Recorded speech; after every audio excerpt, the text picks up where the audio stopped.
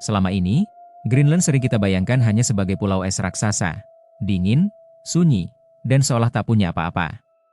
Tapi bagaimana jika saya katakan, bahwa di bawah lapisan es setebal kilometer itu, tersimpan harta karun yang membuat negara-negara besar dunia diam-diam saling melirik? Bukan dongeng.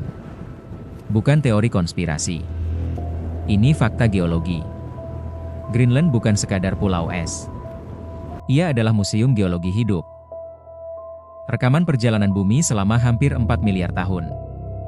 Dan hari ini, kita akan membongkar mengapa Greenland begitu istimewa, dan mengapa masa depan energi dunia bisa saja bergantung padanya. Greenland adalah pulau terbesar di bumi. Lebih luas dari gabungan Prancis, Jerman, dan Spanyol. Namun, lebih dari 80% wilayahnya tertutup es.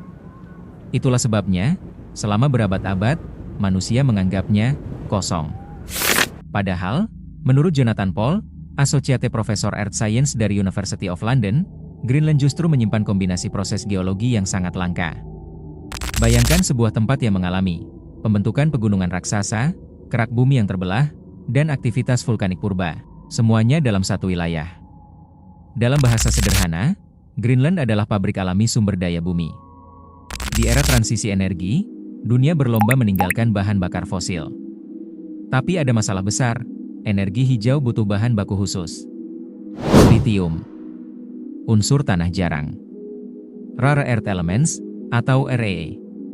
Tanpa mereka, baterai mobil listrik tak bekerja optimal, turbin angin kehilangan daya, teknologi modern lumpuh. Dan disinilah Greenland masuk ke panggung utama. Beberapa penelitian menyebut, 3 endapan REE di bawah es Greenland berpotensi menjadi yang terbesar di dunia berdasarkan volumenya. Bahkan, cadangan dysprosium dan neodymium di bawah es diperkirakan bisa memenuhi lebih dari 1/4 kebutuhan global masa depan. Angkanya mencengangkan, hampir 40 juta ton. Bukan hanya mineral. Greenland juga menyimpan sesuatu yang jauh lebih kontroversial, minyak dan gas. Menurut As Geological Survey, wilayah timur laut Greenland diperkirakan mengandung sekitar 31 miliar barel setara minyak. Jumlah ini sebanding dengan total cadangan minyak mentah terbukti Amerika Serikat. Yang membuat ilmuwan terkejut, wilayah Greenland yang bebas es, yang luasnya hampir 2 kali Inggris, baru kurang dari 1/5 dari seluruh pulau. Artinya sederhana, masih ada tabungan raksasa yang belum pernah disentuh manusia. Mengapa Greenland bisa sekaya ini? Jawabannya ada pada 3 mesin geologi. 1. Pembentukan pegunungan. Tekanan besar di kerak bumi membuat batuan retak dan patah. Di celah inilah, emas, rubi, hingga grafit terkonsentrasi. Grafit bukan sekadar isi pensil. Ia adalah komponen vital baterai lithium. Menariknya, potensi grafit Greenland masih sangat kurang dieksplorasi dibandingkan Cina atau Korea Selatan.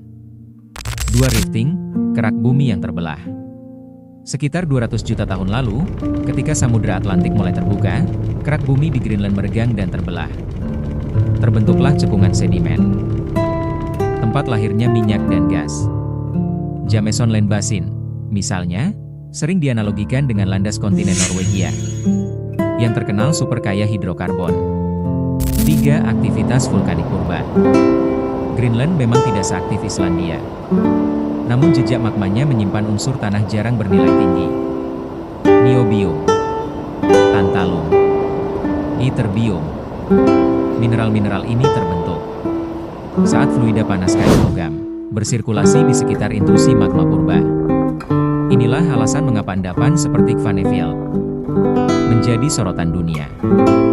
Disinilah ironi besar itu muncul. Perubahan iklim yang ingin kita atasi lewat energi hijau justru mempercepat pencairan es Greenland. Sejak 1995, luas es yang mencair setara dengan luas Albania. Artinya, sumber daya yang dulu terkunci es perlahan menjadi lebih terjangkau. Teknologi seperti ground penetrating radar bahkan memungkinkan ilmuwan memetakan batuan dasar hingga kedalaman 2 km di bawah es. Namun, menambang di bawah es Arktik tetaplah mimpi yang sangat mahal dan berisiko. Pertanyaannya kini bukan lagi, apakah Greenland kaya?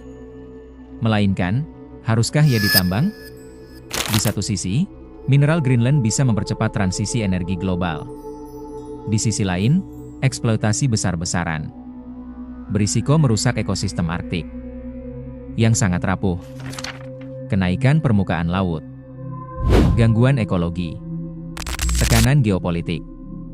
Pemerintah Greenland memang sudah punya regulasi ketat sejak 1970-an. Namun minat dunia, termasuk Amerika Serikat, terus meningkat. Greenland bukan sekadar pulau es. Ia adalah titik temu antara geologi purba, teknologi modern, dan dilema moral manusia abad ke-21. Di bawah esnya, tersimpan harapan bagi energi bersih. Namun juga tersimpan peringatan bahwa menyelamatkan masa depan tidak boleh menghancurkan bumi itu sendiri.